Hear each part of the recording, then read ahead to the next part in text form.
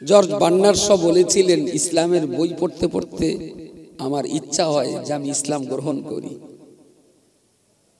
ইসলাম গ্রহণ করি। যখন কোরআন আর হাদিস পড়ি তখন ইচ্ছা হয় যে ইসলাম গ্রহণ করি। যখন মুসলিম জাতটাকে দেখি তখন মনে হয় না, এদের ভিতরে যাওয়া যাবে না।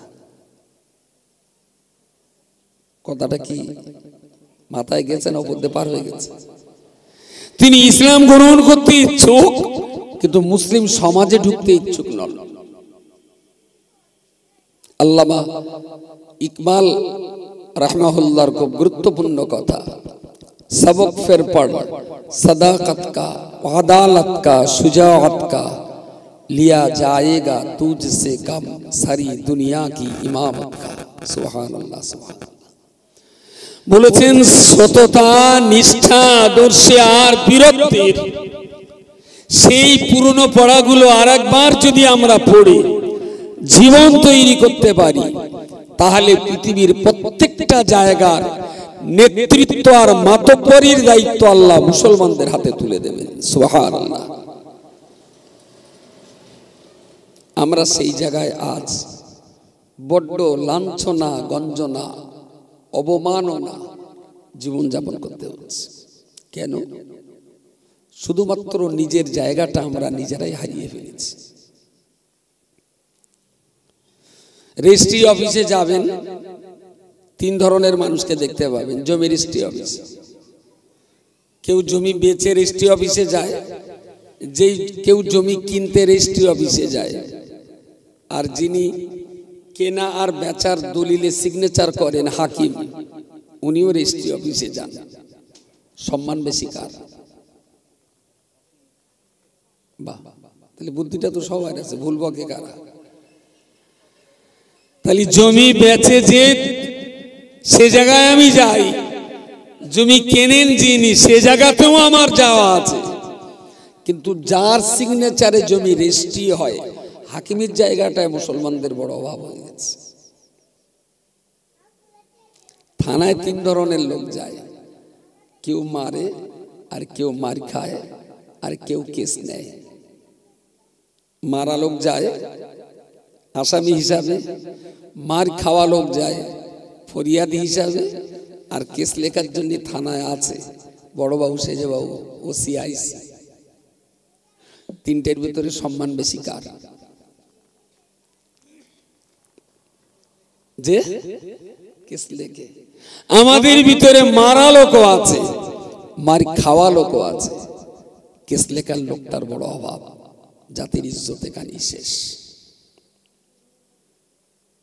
যতদিন পর্যন্ত সম্মানের জায়গায় মুসলমানদের দখল না হবে, ততদিন পর্যন্ত এ জাতি সম্মানের জায়গা ফিরে পাবে না।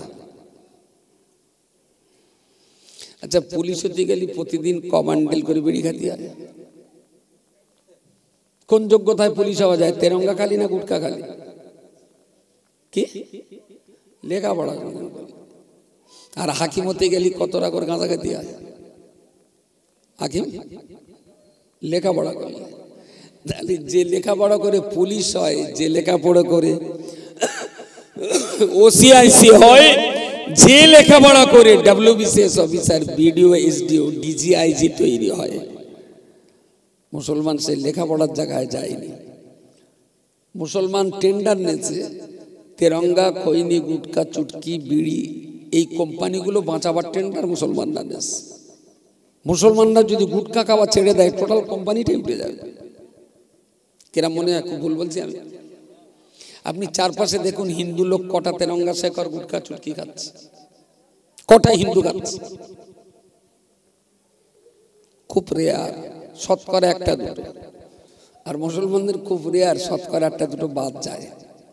ওর একটা দুটো, আমাদেরও একটা দুটো। এই জায়গায় দাঁড়িয়ে এই সমাজটাকে বাঁচাবেন কিভাবে? শুধু আমি বেঁচে জান্নাতে যাব এটা হবে না, শুধু আপনি নামাজ পড়ে জান্নাতে যাবেন এটা হবে না, শুধু আপনি রোজা করে জান্নাতে যাবেন আর আমি হজ করে জান্নাতে যাব এটা হবে না।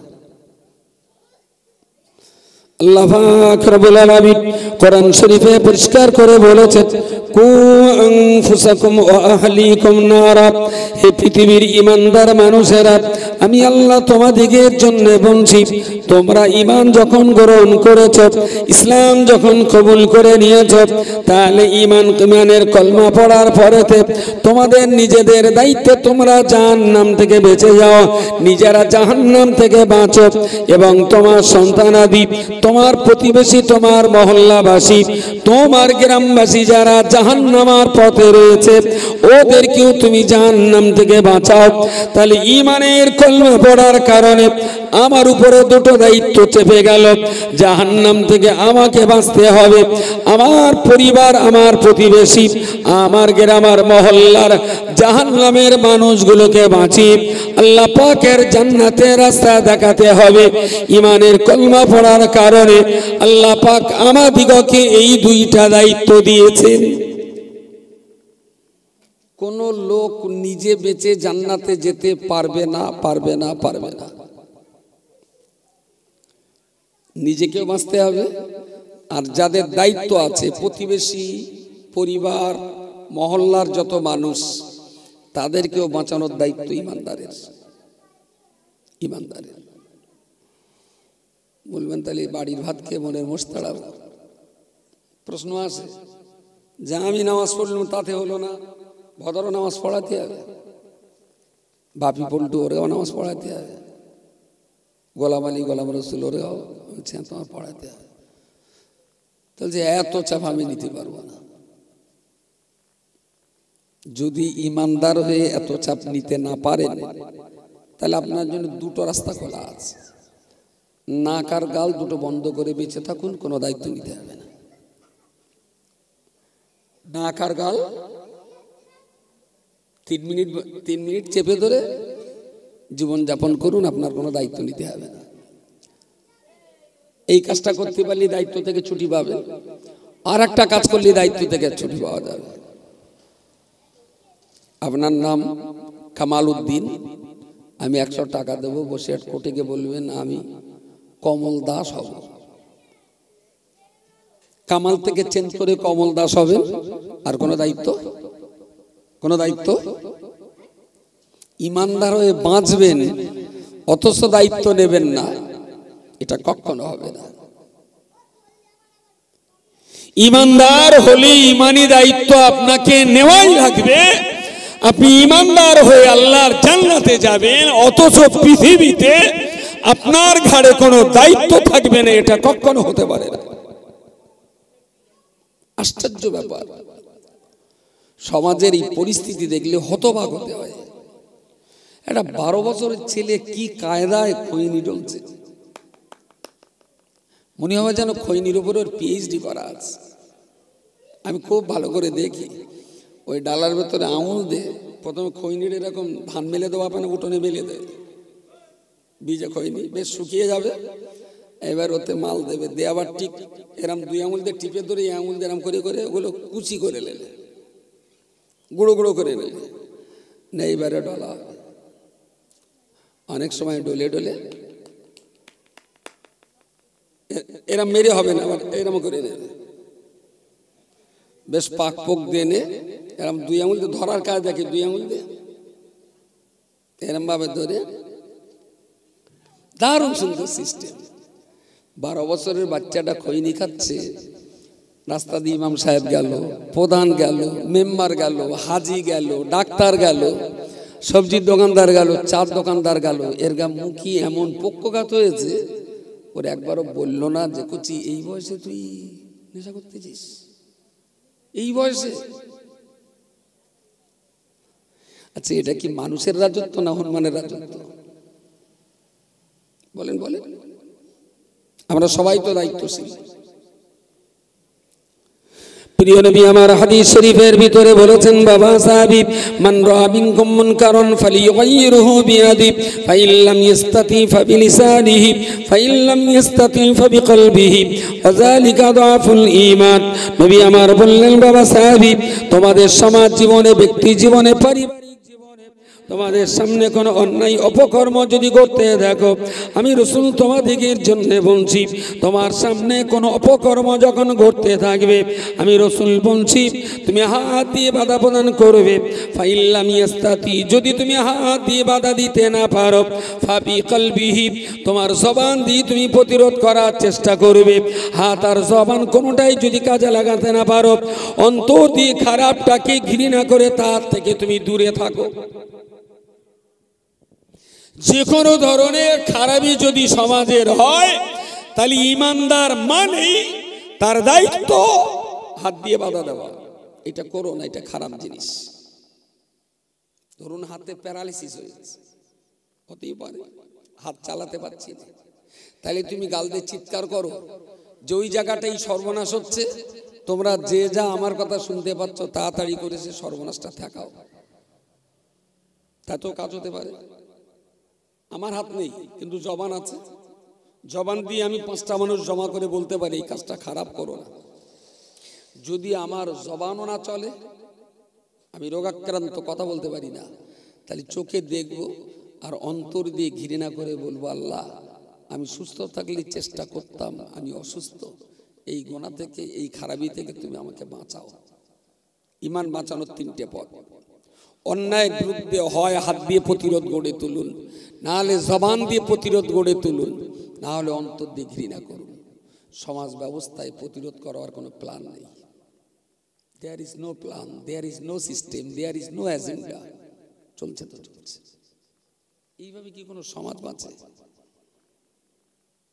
এইভাবে কি কোনো একটা সভ্য সমাজ টিকে থাকতে পারে? অসম্ভব। আমি শুধু এইটুকুই বলছি, ইমানদার হিসাবে আপনার নিজেকে জাহান্নাম থেকে বাঁচতে হবে। যারা জাহান্নামের পথে আছে তাদেরকে বাঁচাবার জন্য আপনাকে সংগ্রাম করতে হবে। 25শে ডিসেম্বর বড়দিন, 1 জানুয়ারি নববর্ষ, 26শে ডিসেম্বর 26শে জানুয়ারি প্রজাতন্ত্র দিবস। বিশাল একটা ফিস্টির। একটা 400-র সাথে গাড়ি, 9টা ছেলে আর 7টা ডিজে। গাড়িগুলো যখন রাস্তা দিয়ে যায় না, গাড়ির কাঁচ তুলে দিলাম, কিন্তু দেখছি ওদিকে যত গুমগুম করছে আমার গাড়িও তত কাঁচ টাঁচ সবসময় গাড়িও কাঁপে। খেয়াল করে দেখেছেন? গুমগাম করে কাঁপে। আচ্ছা, আমাদের গ্রামের বাচ্চাগুলো তারা এই কাজটা করছে। গ্রামের 2জন হাজি সাহেব, একজন মাস্টার সাহেব, একজন ইমাম সাহেব, 2জন ডাক্তার সাহেব, 3টে MA পাস ছেলে, আর একজন ভালো ব্যবসায়ী প্রতিষ্ঠিত গ্রামের একটা মেম্বার। 10টা লোক যে সামনে দাঁড়ালাম, কচি শুনলাম তোরা নাকি একটু টাকে ফিস্টি করতে যাবি। তাহলে হ্যাঁ চাচা একটু যাও। তাই বললাম আমরাও এই 7-8 জন মিলে তোদের এই 500 টাকা দিচ্ছি, মানে একটু দই কিনেও খাবি, অসুবিধে নেই। তবে তোদের কাছে আমরা একটা দাবি নিয়েছি, ছোট্ট দাবি। ও শোনা, ডিজেটা না বড্ড হার্টের প্যালপিটেশন হয়, ডিজেটা বাজিও না, এমনি যাও ফিস্টি করো, ডিজেটা চালিও না। আচ্ছা, আমাদের বাচ্চাগুলো কি এত বড় হিম্মত রাখে যে 10টা লোকের বুকের কাছে লাথি মেরে সরিয়ে দেবে? হিম্মত আছে বাচ্চাদের? বারণ করার লোক নেই। সমাজ রসাতলে যাচ্ছে। এইভাবে যদি এই সমাজটা সর্বনাশ হতে থাকে, তাহলে সেই সমাজের নামাজি, রোজাদার, সুফি, দরবেশ, ওলি, আবদাল, গৌস, কুতুব, হাজি, গাজী কেউ খোদার জান্নাতে যেতে পারবে না। প্রত্যেককেই ধরা পড়তে হবে একটা টাইম। শুধু একটাই কারণ ধরা পড়বে, চোখের সামনে এত কঠিন অপকর্ম হয়েছিল, আপনি কেন তার কোনো পদক্ষেপ নেননি? এটাও ইসলাম। কিন্তু খুবই দুর্ভাগ্য আমাদের, ইসলামটা আমরা বোঝার চেষ্টা করলাম না। ওই অজনসিয়াত শুনে যা বুঝেছি নামাজ পড়তে হয়। হ্যাঁ বললাম তো, কেন মাইকে জোর হচ্ছে? আমি বললাম তো একদম স্লো করে দিতে। মাইকাল ওই তুমি কমু দাও না?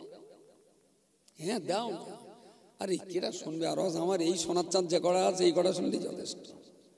পরীক্ষার সময় বাইরের মাইক জোরে জোরে তো জোরে মোটে না বাজানোই ভালো। কেন একটা বাচ্চার পড়ার ক্ষতি হলে সেটা আমার ক্ষতি।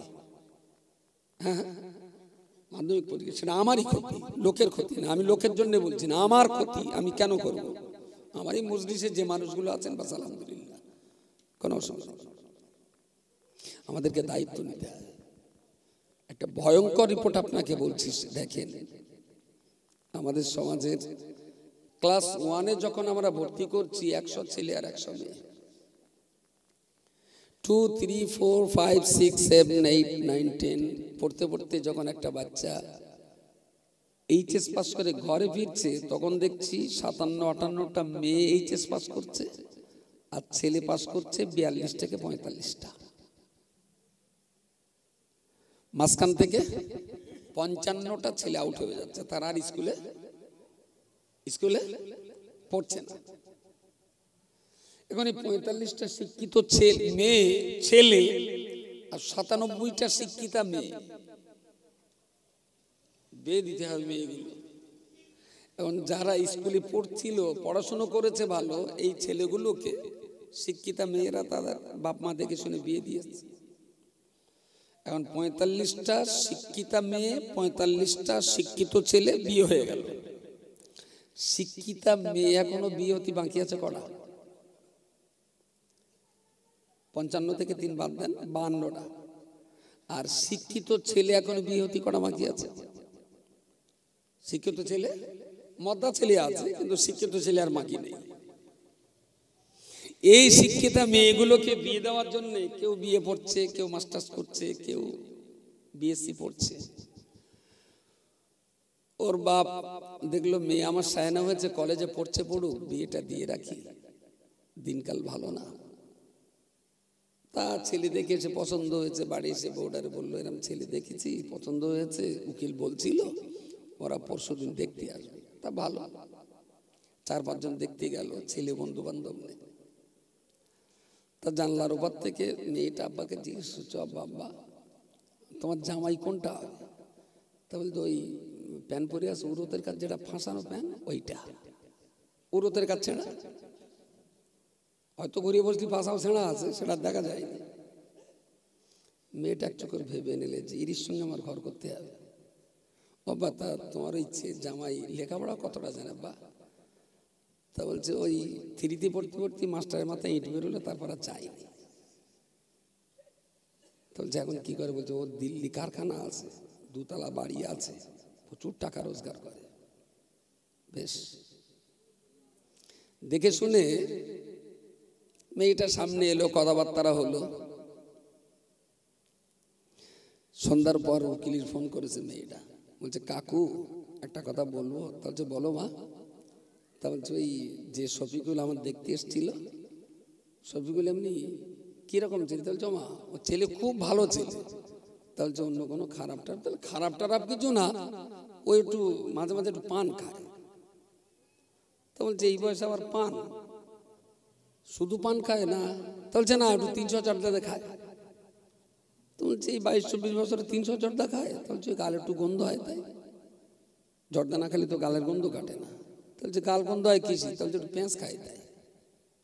তো পেঁয়াজ রোজ পেঁয়াজ খাতে হয়? তা বলছে না, রোজ খায় না, ওই যেদিন বিকেলে একটু চপ টপ খায় সেই দিন চপ আর পেঁয়াজ খায়। তা বিকেলে বলি তো আরও খাবার আসতে, চপ খায় কেন? তা বলছে শুধু চপ খায় না, একটু চুল্লু খায় আর চপ খায়, একসঙ্গে খায়। মেয়েটা বুঝলো আমার বাপ ওর গাড়িটা দেখেছে, বাড়িটা দেখেছে, জমিটা দেখেছে, টাকাটা দেখেছে, আমার বাপ ছেলের ভিতরটা দেখেনি। পরের দিন কলেজে যে বাপ্পার সঙ্গে এলো, বাপ্পা কি করি বল, বাবা বিয়ে দেওয়ার জন্য একটা মেয়ে ছেলে দেখেছে, তার নাম শফিকুল, কিন্তু অবস্থা তার এই। আচ্ছা তুই বল, আমি এই বিয়ে 3rd সেমিস্টার পরীক্ষা দিচ্ছি, ওই ছেলের সঙ্গে ঘর করা কি আমার সম্ভব? বাপ্পা ঘুরিয়ে বলল, দেখ মারুফা, অনেকদিন তোর দিকে আমার একটা লক্ষ্য আছে, তা বলতে সাহস হয়নি, যদি কিছু মনে না করিস। আমার বাবা মা কিন্তু আমি যা বিয়ে করবো তাই মেনে নেবে। দেখলো বাপ্পা 3rd সেমিস্টার বিয়ে পড়ছে, আমার কলিগ শফিকুল, সে তো তেরঙ্গা কর। বাপ্পা একটা ভদ্র ছেলে, শফিকুল তার প্যানের উরোতের ওখানে ফাঁসা ছেঁড়া আছে। বাপ্পা খুব ভদ্র পোশাক পরে। শফিকুল সে তো 3 ফেল, বাপ্পা সে তো 3rd সেমিস্টার বিয়ে পড়ছে। শফিকুল তার 3 তলা বাড়ি আছে, বাপ্পার পুণ্য গেলে দাদুর 1 তলা বাড়ি আছে। ঠিক আছে, মনে হয় বাপ্পাই আমার জীবনের জন্য খুব সুখের স্বপ্ন দেখতে পারি। মুসলিম মহল্লার 22 থেকে 25% মুসলিম শিক্ষিতা ছেলে অমুসলিম ছেলেদের সঙ্গে বেরিয়ে যাবে। আগামী 10 বছরের ভিতরে জাতির ধস লেগে যাবে। কোনো কিছু দিয়ে আটকাবার ক্ষমতা নেই আপনার, কোনো কিছু দিয়ে আপনি আটকাতে পারেন না। দুটো মাইনাস।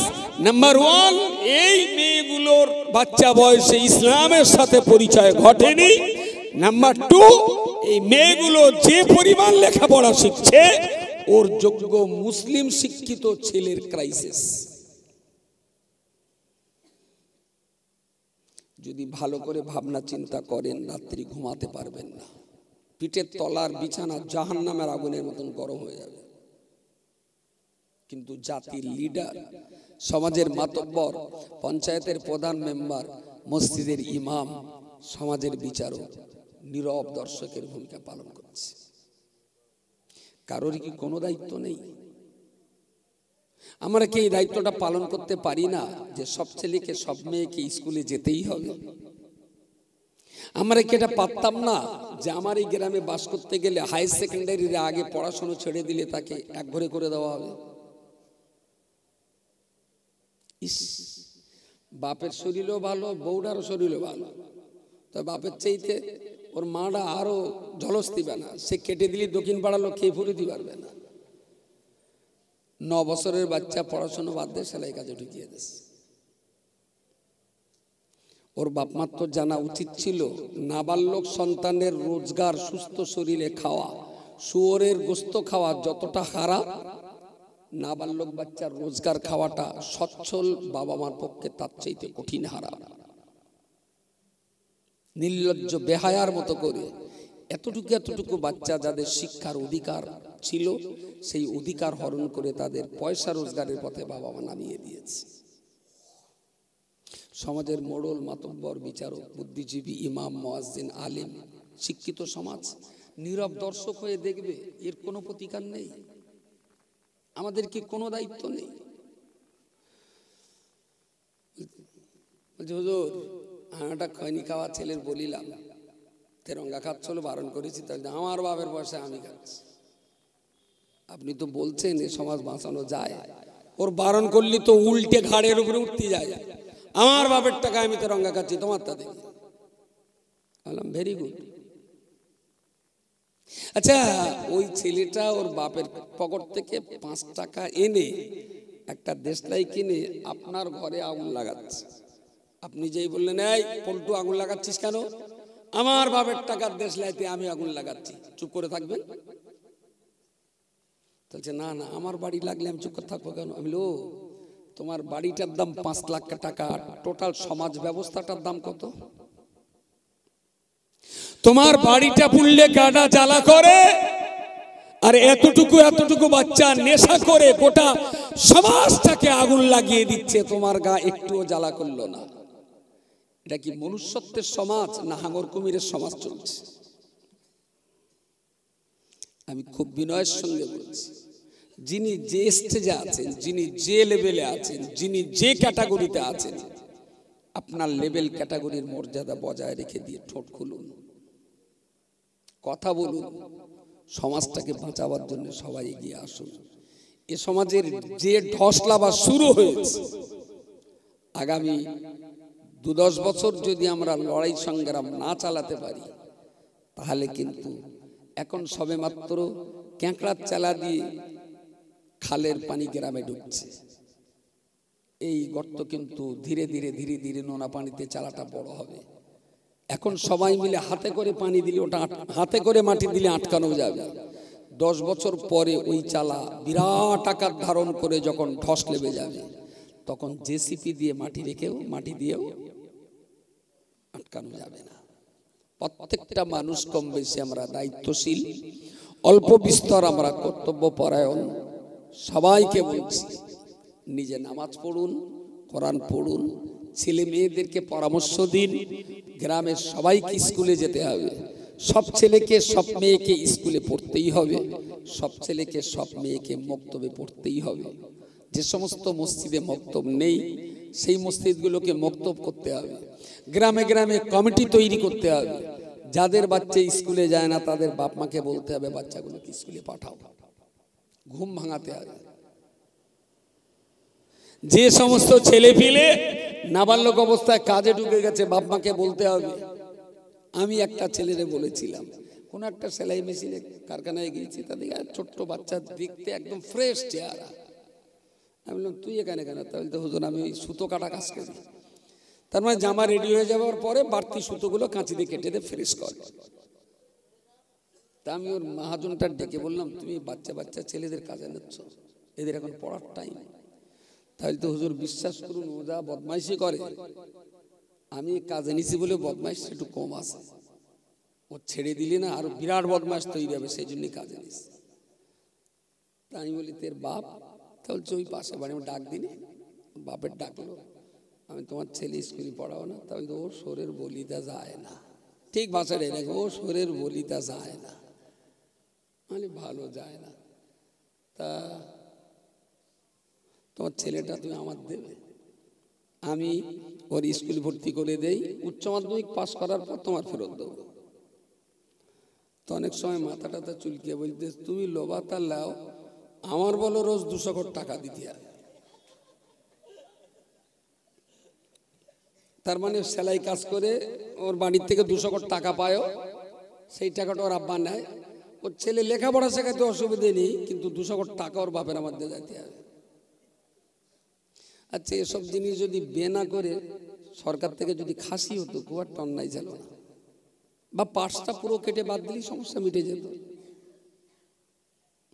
50 গ্রাম কেন ওজন হতে পারে, বড্ড জোর কেটে বাদ দিলে আর কি এমন হতো? তুই যদি বাচ্চা মানুষ করতে না পারবি, জন্ম দিলি কি জন্য? এ কি লালু? আমাদের গ্রামে একটা লালু আছে, এবার লালুর কোম্পানি প্রায় 57টা বাচ্চা আছে। লালু বুঝতে পারেননি? আতু এখন লালু যেখান যা পেয়েছে কচি বায়না দিয়েছে, ঠিক 3 মাস পরে সেই সব কচি ডেলিভারি হয়েছে। সে লালুর কচি একটা ওই দেখো একটা ইঞ্জিন ম্যানের তলায় পড়েছে, লালুর বলে কোনো টেনশন নেই। ওই দেখো একটা কারগা রান্নাঘরের দেশে কষার বাড়ি, কেউ কেউ করতে করতে যাচ্ছে, লালু পাশ দিয়ে গেল, কোনো চিন্তা নেই। ওই একটা কেটা কান্দরে পুকুরি ফেলে দিয়ে হাবুডুবু খাচ্ছে লালুর কচি, লালু পাশ দিয়ে চলে গেল, লালুর কোনো খবর নেই। এসব দুপে বাচ্চাগুলো কি লালুর বাচ্চা? এ শুধু জন্ম দিয়ে ছেড়ে দেবো, বাকি কোনো দায়িত্ব নেই। জন্ম দিলি কি জন্য যদি মানুষ করতে না পারবি? যদিও খাসি হতো তাহলে ও একা জাহান্নামে যেত, আর জন্ম দিয়ে মানুষ করতে না পারা মানে ও জাহান্নামে যাবে, ছেলেটাও যাবে, আর সেই সঙ্গে আর এক দল সঙ্গে এও জাহান্নামে নিয়ে যাবে। জন্ম দিয়েছেন মানে লেখাপড়া করাতেই হবে, জন্ম দিয়েছেন মানেই পড়াশোনা করানোই লাগবে, জন্ম দিয়েছেন মানেই আদর্শ আখলাক নীতি নৈতিকতা মানবতা সভ্যতা আর ভদ্রতা সন্তানকে শিক্ষা দেওয়া বাপের জন্য ততটাই ফরজ 5 ওয়াক্ত নামাজ পড়া যতটা ফরজ। নামাজটা যদি ফরজ হয়, সন্তানের এই মানবিক শিক্ষা দেওয়াটা ফরজ দায়িত্ব বাপের জন্য। আল্লাহর রাস্তায় প্রত্যেকটা মানুষের হাতে পায়ে ধরে বিনম্র শ্রদ্ধার সঙ্গে বলছি, সমাজটাকে বাঁচান।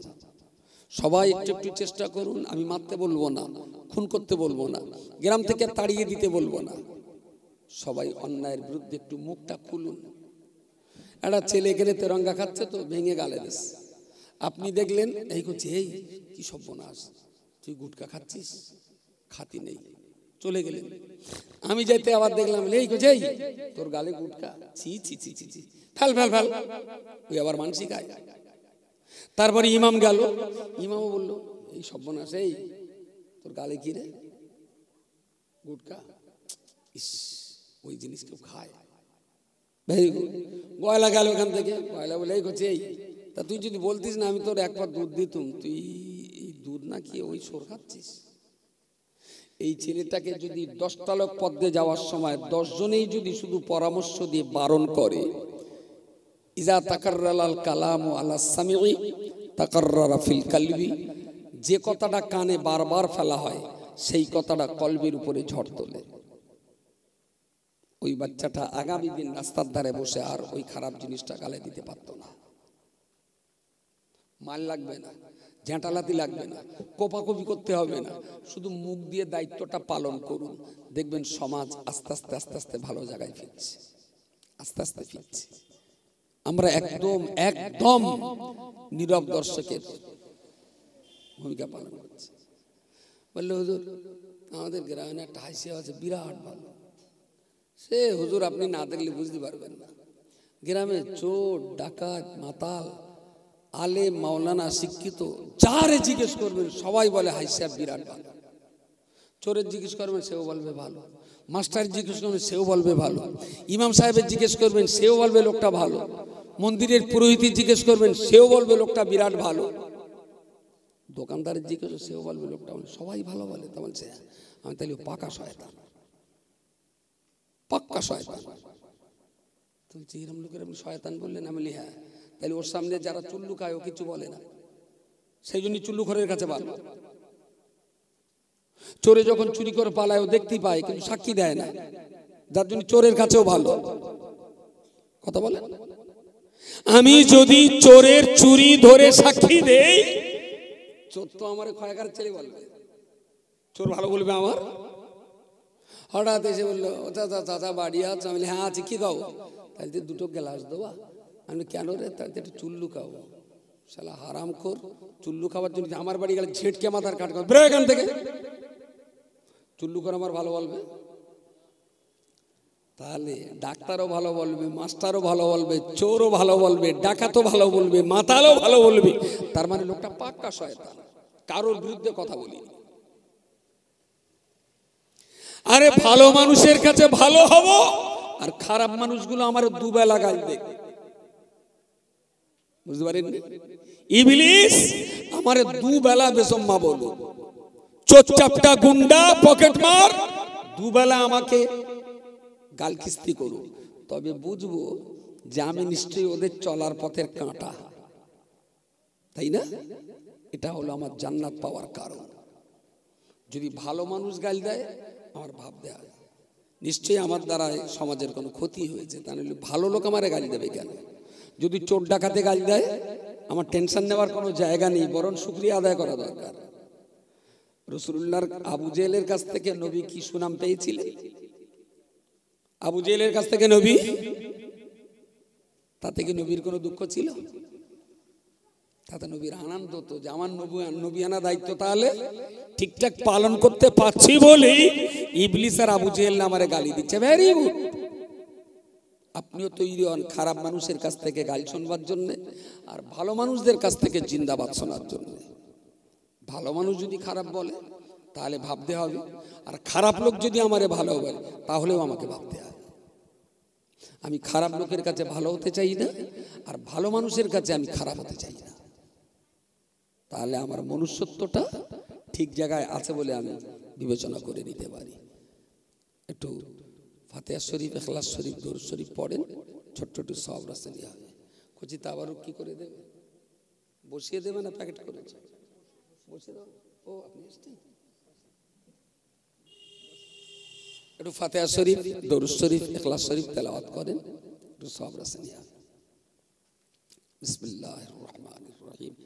আলহামদুলিল্লাহি রাব্বিল আলামিন আর রহমানির রহিম মালিকি ইয়াউমিদ্দিন ইয়্যাকা না'বুদু ওয়া ইয়্যাকা নাস্তাঈন ইহদিনাস সিরাতাল মুস্তাকিম সিরাতাল লাযীনা আন'আমতা আলাইহিম গায়রিল মাগদুবি আলাইহিম ওয়ালাদ-দাল্লিন আমিন। বিসমিল্লাহির রহমানির রহিম। কুল হুয়াল্লাহু আহাদ আল্লাহুস সামাদ লাম ইয়ালিদ ওয়া লাম ইউলাদ ওয়া লাম ইয়াকুল লাহু কুফুয়ান আহাদ। বিসমিল্লাহির রহমানির রহিম। قل هو الله أحد الله الصمد لم يلد ولم يولد ولم يكن له كفوا أحد. بسم الله الرحمن الرحيم. قل هو الله أحد الله الصمد لم يلد ولم يولد ولم يكن له كفوا أحد بسم الله الرحمن اللهم صل على محمد وعلى آل محمد كما صليت على إبراهيم وعلى آل إبراهيم إنك حميد أستغفر الله الذي لا إله إلا هو الحي القيوم أستغفر الله الذي لا إله إلا هو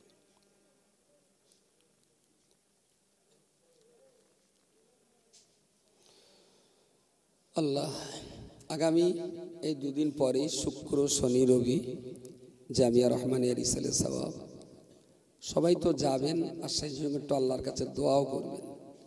এত বড় একটা সমাবেশ যাওয়া আসা সুন্দরভাবে সেখানকার কাজগুলো সুসম্পন্ন করা আল্লাহ যেন সহি সালামতে আমাদের সকলের দ্বারাতে করিয়ে নেন, বলুন আল্লাহুম্মা আমিন।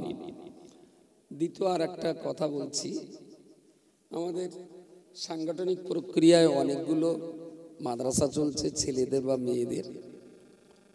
18টা মাদ্রাসার ভিতরে এদিককার একটা মাদ্রাসা পোলতারাটি, ওটা এখন আমরা চালু করতে পারিনি, 7 পর্যন্ত উঠে গেছে। আল্লাহ চাইলে আগামী জানুয়ারিতে আমরা ওটা ওপেন করব।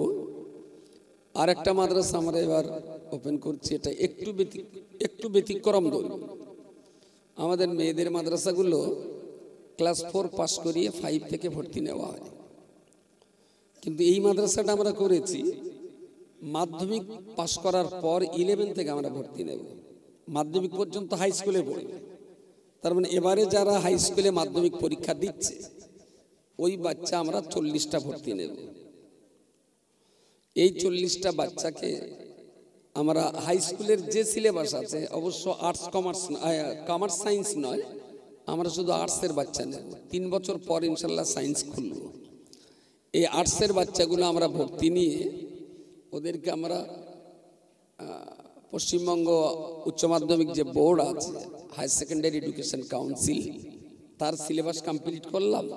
আর সেই সঙ্গে কোরআন, হাদিস, ফিকহ, আখলাক এবং তাসাউফ এই 5টা কিতাব পড়িয়ে দিলাম, মানে এই বাচ্চাটা 4 আনা পরিমাণ আলেম হবে।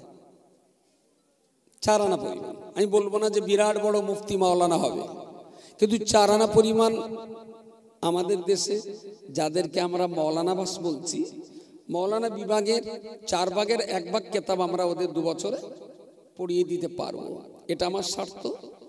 আমার দ্বিতীয় স্বার্থ হলো এই বাচ্চাগুলো হায়ার সেকেন্ডারি পাস করার পর ওদের কাউন্সিলিং করিয়ে ওদের ভেতরে দিন থাকছে 2 বছরের নামাজ, কালাম, রোজা, যা কিছু দোয়া দরুদ, প্রতিবেশীর হক, পিতামাতার সম্মান, স্বামী স্ত্রীর কর্তব্য দায়িত্ব সবকিছু পড়ালাম। যেহেতু ওর ভেতর ইসলামটা থাকলো, এবারে যার যোগ্যতা যেমন, কাউকে আমরা লয়ার করতে দেওয়ার জন্য ওখান থেকে আমরা ল কলেজে ভর্তি করালাম, কাউকে আমরা নার্সিং কমপ্লিট করার জন্য, হসপিটালে নার্স করার জন্য আমরা নার্সিং কলেজে ভর্তি করলাম, কাউকে বা আমরা সাংবাদিকতার কোর্স করার জন্য সেই লাইনে ভর্তি করলাম, মেডিকেলে যারা বসার যোগ্য আছে তাদেরকে মেডিকেলে দিলাম।